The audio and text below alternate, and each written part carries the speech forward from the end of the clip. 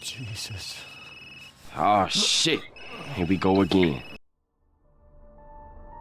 To say I wasn't a huge fan of Resident Evil 7 is a bit of an understatement. While giving that game a 2.5 out of 5 stars, I couldn't get behind the adventures of Ethan Winters as he tries to find Mia and face down the Baker family. It was a great VR horror experience, but I just don't think it was worthy of the Resident Evil branding.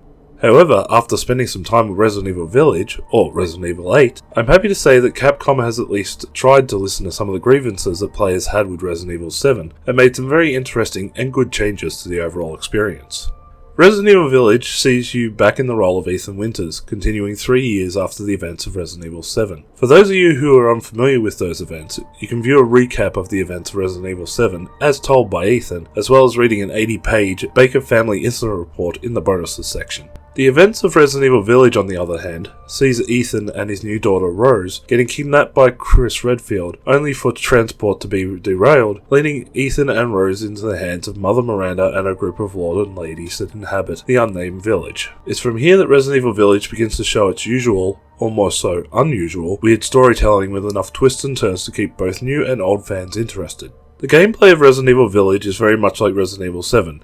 You still have the first-person perspective to deal with, adding tension at times, but making other things hard to see as well. Shooting is more of a focus here, with different weapons available like the knife, gun, shotgun, sniper rifle, and more. The new addition for Resident Evil Village is the blocking mechanic, which reduces the damage you take from regular foes, not so much from the heavy hitters like Lady Nemesis.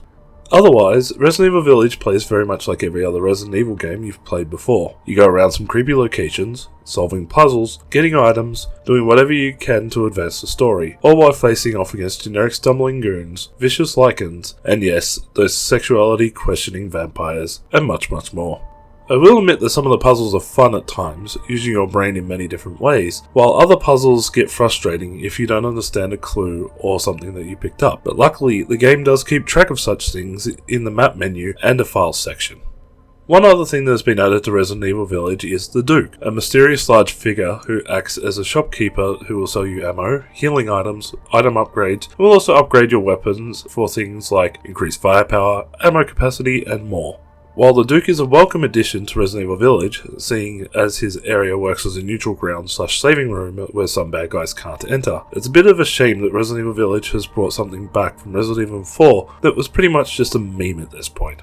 Therein lies one of the biggest problems with Resident Evil Village, with the increased allowance with gunplay, the merchant returning, and even some enemies just make this feel like we're going to head down the same route that began with Resident Evil 4, only this time in a first-person perspective to try and add some artificial tension to the game.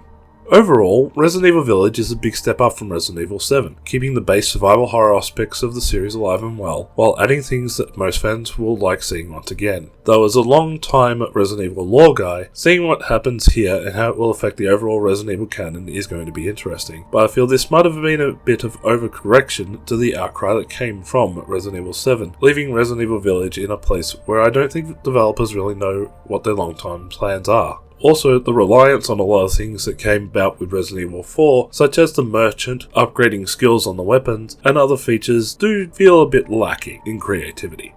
That being said, Resident Evil Village is a good addition to the Resident Evil series, and did enough to turn my sour outlook on this Ethan Winters storyline into one of enjoyment, fright, and adrenaline-pumping horror. A recommended title at 4 out of 5 stars. This has been Carl Smart on behalf of the Outerhaven, and we hope you stop by again for more reviews, gameplay, and other videos. Hit the subscribe button, leave a comment or a like, and ring the bell for notifications on upcoming content right here on the Outerhaven YouTube channel.